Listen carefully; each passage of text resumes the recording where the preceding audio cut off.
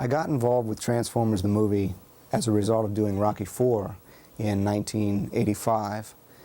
The producers came to me and said, we really liked the score that you did for Rocky IV and thought musically that the style could be applied to our movie. So I wrote an audition piece called Legacy. And this piece was about 6 minutes long, and it had the good guys theme, the bad guys theme, a chase scene, a victory scene, and presented it to the director and the producers of the film, and they loved it. Hired me for the movie, ended up not using any of that music in the film, but it did get me the job in the first place. As far as collaboration goes, the producers kind of left me alone on this and gave me free rein, which I really like. I had the freedom to do what I felt was best. Certainly they gave me storyboards in the first place to write to, which was very difficult. I had never written to storyboards before.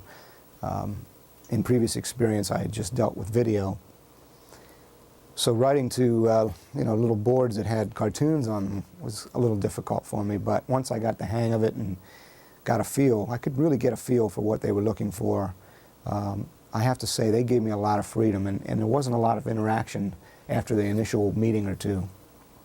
Interestingly enough, when I saw the movie, I did a convention, a Transformers convention in July of this year in Fort Wayne, Indiana. And my friend Glenn Hallett is the head of a company called 3H Enterprises. Actually, he's partners with two other people in 3H Enterprises. And at this convention, for the first time since the movie's release in 1986, they had rented a movie theater, a really nice movie theater in Fort Wayne, Indiana, and showed the movie for the first time on the big screen. And what was interesting is I got a chance to hear my music in that context, and there are some things that I probably would have changed if I had seen it on video in the first place rather than storyboards. But the nice thing is the fans that were watching the movie were, obviously unaffected by any of the feelings that I would have about my music. They thought it was great, and that's all that really matters. I've gotten excellent responses about my music to the film, so the storyboards worked out fine. As far as songs in the Transformers movie and on the soundtrack, I'm only involved in one song. It's called Dare. It was co-written by my friend Scott Shelley, and it was performed by Stan Bush, who was a Scotti Brothers artist at the time. And it was used, a song of Stan's called The Touch was used, and I would say our song Dare was used equally as kind of a theme song to the movie. When I saw Boogie Nights, and I called Stan up as soon as I got home, I said, "Did you realize your song was in that movie?" And he said, "I really didn't know." And I don't think he even got credit for it, but it was funny how they used it. It was really interesting to hear that song in that context. When I write for a film, my first step is to sit down with the director and look at any rough cuts that he might have of scenes that are finished or that are in a position to be looked at. And he and I will discuss, or she and I will discuss, what they think would be a direction to go in musically, and also we'll discuss where we think music should be and where it should lay out, because sometimes that's just as important. The next step is for me to come into my studio here and play the movie, sit at a piano, sit at one of these keyboards here, and whatever feeling that scene evokes to me, I will just start improvising, and I'll come up with maybe 2 or 3 different ideas for each scene. I'll tape these ideas on audio tape or now onto hard disk recording, and after I come up with a lot of sketches, I will call the director in and I'll say, "Is this the right direction that you hear for the scene?" And we go back and forth a couple of times. If I'm lucky, we don't go back and forth, and they say it's great, go with that. And then I start orchestrating it. Obviously, depending on the movie, the orchestration will be different. Sometimes it's for synthesizers and rock band, like it was for Transformers. Other times it'll be for orchestra. Sometimes it'll be a combination of both, like in the instance of Rocky IV. I had both orchestra and rock band. The biggest challenge actually wasn't music. It was getting all the music done in time, because it was wall to wall. It was, I think, something like 75 minutes of instrumental music. and that doesn't include the songs, you know, with vocals. So the challenge for me was I had to move very quickly. I had to write the music quickly, I had to record it quickly. Sometimes that produces excellent results. I enjoy being under the gun like that, and I have to say in this case with Transformers I ended up with a score that I feel very proud of. So being pushed to do it in such a short time frame was a good thing in this case. But normally you have a lot more time and a lot less music in a film. But the fact that it's animated, you know, obviously lent itself to wall-to-wall music. Movie scores today tend to sound similar to me in the sense that there's some great composers out there, but there's some decisions that are made to continuously use orchestras. And it's a great thing. Orchestra, I love orchestra, and I'm not saying that synthesizers take the place of an orchestra by any means. But I would like to hear more synthesizer scores, and I'd like to hear less of the generic orchestra scores that they have. The film Matrix is a good example. I thought the music was an excellent hybrid of techno from today, coupled with orchestral that gives a sense of history, you know. So I'd like to see synthesizers start being used a little bit more again. Certainly Giorgio Moroder was one of the first guys on the music scene for films having to do with synthesizers.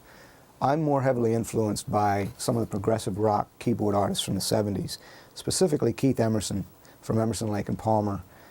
In fact, I sent this score to Keith and with a letter saying how big of an inspiration he was, and he was kind enough to call me back and say he was really touched by that, and he could certainly hear the influence, but he didn't feel that I was stealing in any way from him. He thought I did a very classy job of incorporating his style into my style of writing. So while I can say I respect Giorgio Moroder and those type of synthesizer composers from the 80s, Keith Emerson and the progressive rock genre were more of an influence for me. I found out about Transformers conventions from my friend that I mentioned earlier, Glenn Howlett. He asked me to put together a band and come and perform some of the score, and also Stan Bush was invited to sing.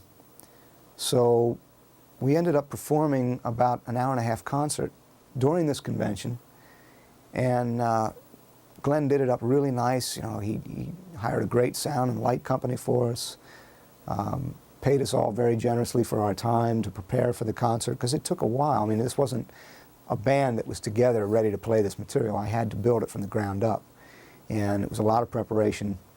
My point is, when we got to this convention, I was amazed at the amount of people that came up to me and thanked me for my contribution to this movie. And I've done, this year was my third appearance at a BotCon convention. And each year, the numbers grow. And the fans are so supportive of me and so kind to me and so genuine in their interests of my music for this film, and as a result, my music in other projects that might have grown out of Transformers.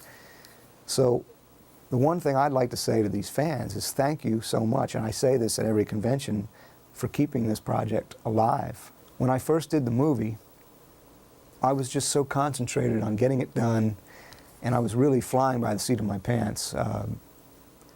To be honest, I didn't have a sense, because things were moving so quickly, at how proud I would eventually be of the music. You know, you're so into the details and the technical end of things that sometimes you don't pay attention to what you're doing musically. And I don't mean to say that I don't take great pride or great care when I'm writing music. But things go so fast and they go by you that it takes months after the film comes out till you realize, hey, I did something pretty neat. But the movie came and went so quickly the first time around that it really didn't have much of an effect on my career at the time. What I'm really thankful for is the effect that it's having now, because I get emails from all around the world from people saying how much they love this score. And you know, where can they get it, and you know, when is it going to be put out on a mass production level? And a lot of people have shown a great deal of interest. So it's changed, it's affected my career in a really nice way. And again, as a left field, when Glenn called me to do the convention, it was like a Transformers convention. I can't believe that there's a convention for this movie. He says, oh, you wouldn't believe it. So when I went there and saw the genuine interest from the fans, and I go every year and I see this interest, it has a great effect on my career. And of course, it's an ego booster. And with the business the way it is, up and down so much, sometimes those ego boosters come at a good time. And that's happened with this film.